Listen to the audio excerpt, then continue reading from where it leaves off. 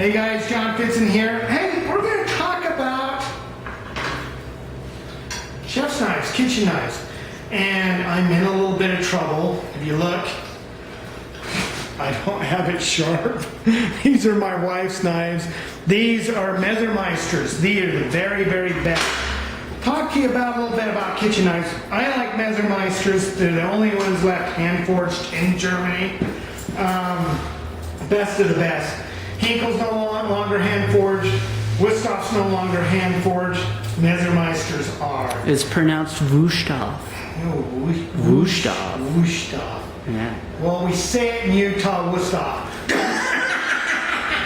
So anyway, I'm going to talk to you. We're going to go up and sharpen the chef knife. But I'm going to talk to you a little bit about the different knives and everything. Chef knife, great knife. You know, good for slicing and dicing. You can see. We're going to do some cutting with these, and I'm just going to kind of go through the knives. Slicer, roast beef. You'll see in some of these. What do they call the one? Rotisserie Chicken? No, the place where you go in. Rodigios. Rodigio, yeah. And they use a lot of these, and these are to slice the meat. It has the little granite edge, so it doesn't suck on. The meat doesn't suck on. It'll fall off really easy. Really good. Good for turkeys and different stuff like that. Okay. This is a rocker. This is great for vegetables and different stuff. It rocks. You can see rocking. You see that, Matt? Yep. Can you see how I'm rocking? I see how you're rocking. You're rocking the boat. You're not supposed to do that. But that's a great knife. That's more for one type of thing, like vegetables and different stuff like that. One thing you should have scissors. These are the best damn things to have out there. You can cut chicken bones, everything. You see, God, my daughter's been cutting crap, some kind of thing like that. Great utility shears. And you can open a beer and use a screwdriver. So we're going to come down to my favorite knife, 4-inch chef knife. I love this damn. I can do a lot of point cutting and all this other stuff. I can rock it, you know, and really, really cool. So, and then paring knife. Love paring knives. That's what you do. You can pair with it. You can do little scallop things on vegetables, different stuff like that. I mean, you know, chickens. You get the rotisserie chickens. Most women skin the apples. Yeah, skin the apple. Most women use a paring knife for everything until they start learning on the other knives. You know? So then, sushi knife. Messermeister puts out. Tina was getting into sushi, and my one friend Lisa's into sushi, and I have that there for them. Why? Because I can have it. I make knives, and I deal with Messermeister. And santoku. I love santoku knives.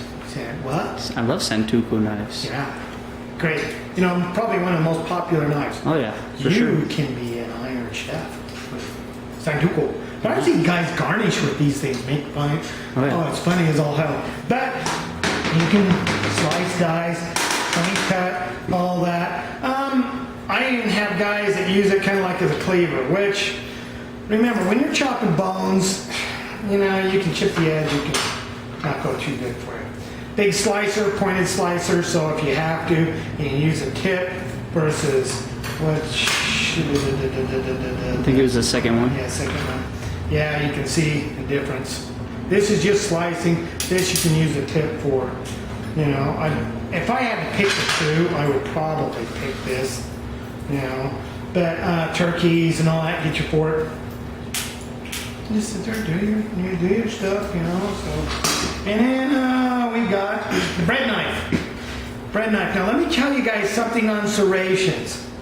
Serrations. The only thing that goes dull on the serrations is the tips. Don't touch the inside. If you take your fingernail and you feel it's sharp there. But most of these you can kind of feel these are bent over a little bit because you're going on a cutting board and it bends it over.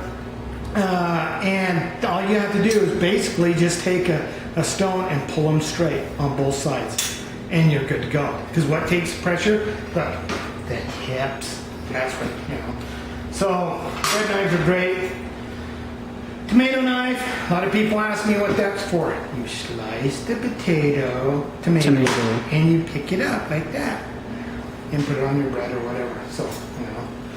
So that, and then I got cheap ass little tomato knives for steak knives, because why people trash steak knives. I tell people Because we're an American, we believe in a good steak. yes, and I had a guy, he bought some steak knives. Come over here, Sean. We'll show him the steak knife. We made a set of steak knives for a guy, and the little pansy cut himself. And these are for sale, guys. Damascus, cable Damascus. Look at that. And it has giraffe bone handle. Isn't that cool? And that we got 1, 2, 3, 4, 5, 6. 6 of them. So if somebody wants these babies, they're really cool. But yeah, guy ordered them, size he wants, all this other stuff, and he cut himself, and then he brought them back. I cut myself, they hurt. You know, yeah, whatever. You know, what do you say about that, Matt? You're doing it wrong. You got your finger in the way, and they have a fifth of whiskey with them too. So what we're gonna do, let me grab this knife, and I am gonna go up. I'm going to sharpen the chef knife. Everybody say hi to Dinky. Say hi, Dink. We're going to come up here.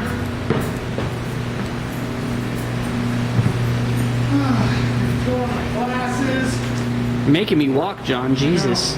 You know, and Tina was bitching at me, and Lisa came down. Lisa's a really good chef, and she's down there going, I can't believe how golly the knives are.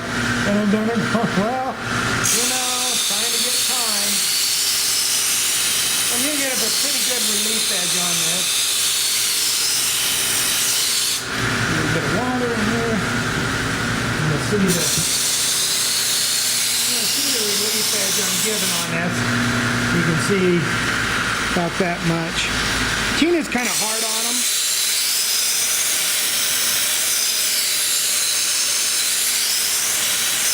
Back, you can see there's a little blip right there where there was a little nick, and I got it pretty much out. I got a nice little burr coming up. You can see where she cuts the most with. It's up here. Tina does a lot of point cutting.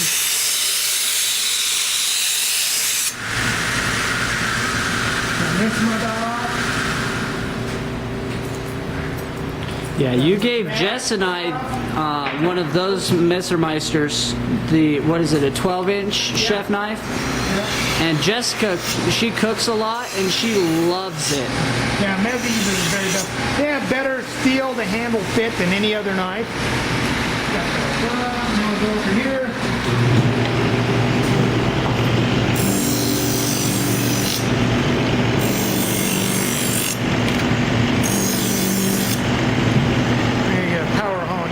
Because once you steal it anyway, and you'll see right here, watch these hairs, they're just gonna pop right off. They're just, look at that. And roll my hair, there it is. Boop.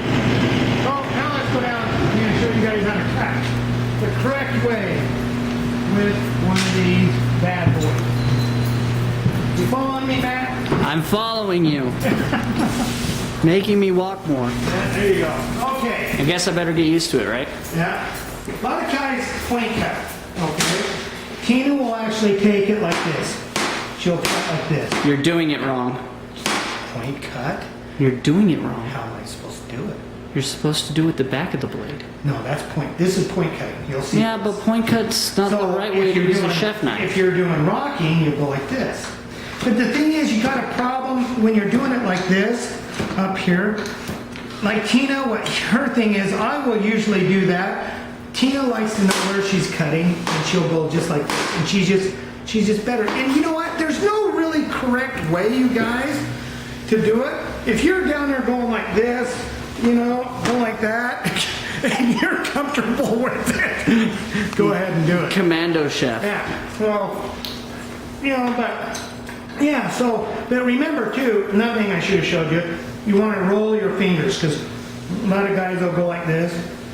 And then I end up going like this, so I'll end up, ow, cut themselves. Then you'll complain that the knife's too sharp. Yeah, right? so roll your your fingers, just hold it down and, you know, but like Tina, what she'll do point cuts and you roll your fingers. I have a hard time cutting thin. Tina can get it real paper thin and that, but I can see how people are cutting with their knives to where it's worn. So, anyway, sharp knife.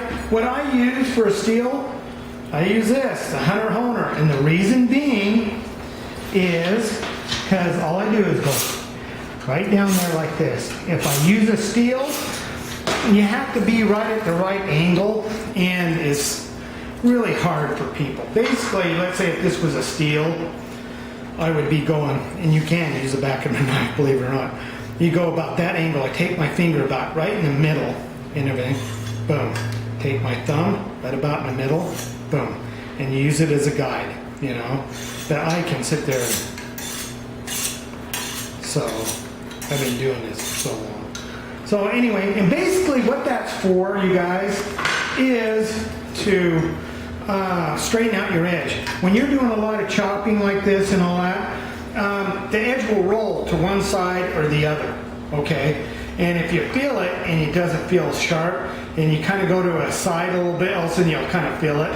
That's, you know, it rolled to one side or another. So basically what you're doing is straightening it out.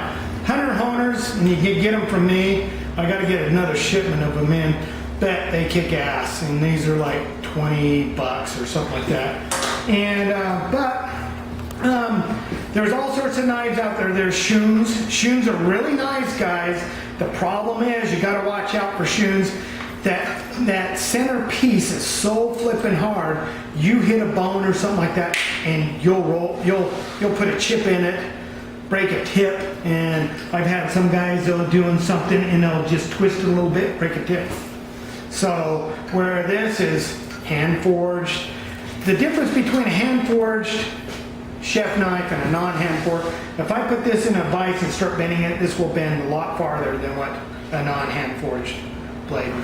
But anyway, these are the knives that my wife has, and I'm going to go up and sharpen them all up. And you see the thing on point cutting, remember, roll your fingers away, you know, don't keep your fingers out there.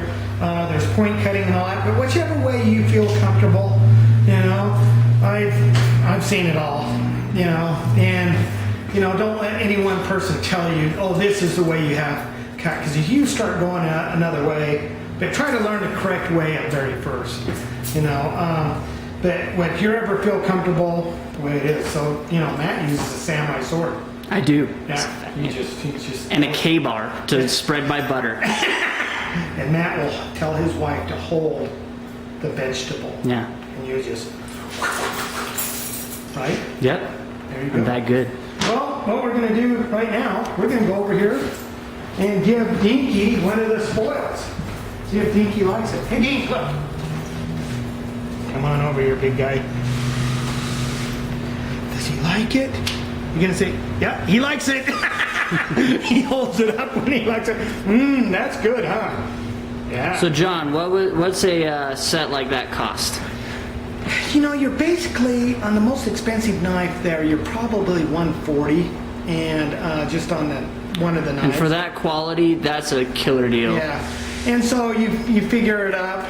You know, all the real major knives are about $140. The tomato knives, what I like about them, they're like $5, $6. So you're looking somewhere around $1,500 for the set? No, let's see. Let's add it up. Let's see what. Let's use for shits and giggles. Let's say $200 a piece, and we'll kind of 2, 4, 6, 8, 10, 12, 13, 14, 15. So let's say you'd be probably for this whole set around $1,200 to $1,000 really is what you'd be looking at. That's a great deal. Yeah, approximately. So anyway, so what did we learn today? How to eat cucumbers. Guys, ever have any questions, call me. 801-918-3725, and I can tell you. I did one of the top sushi chefs in the nation. Yeah. And he was amazed. I remember listening. He was on the other line with you, and I remember listening, and he was amazed with how sharp you got it. But I gave him a hand-honed edge. But remember, if you do a hand hone edge on this, as soon as I take it to a steel, it turns it into a power hone edge. So why spend the extra money? But he was impressed, you know. I had to impress him, you know. Naturally. So anyway, I forgot to keep my little pinky out. So anyway, I'm curled. Do you want one, Matt? Maybe. Here, I'll give you the one that has one of the seeds out. Oh, okay. Thank you. Okay, so Matt's getting close to leaving. Yep. Only less than a month now, actually. Yeah, and so we're gonna miss him. Hey, give me a call. We're looking for a camera guy. I'm still here, John. So anyway, keep your edges sharp, and goddamn, it's hot in here. Keep your edges sharp, your powder dry. We'll see ya.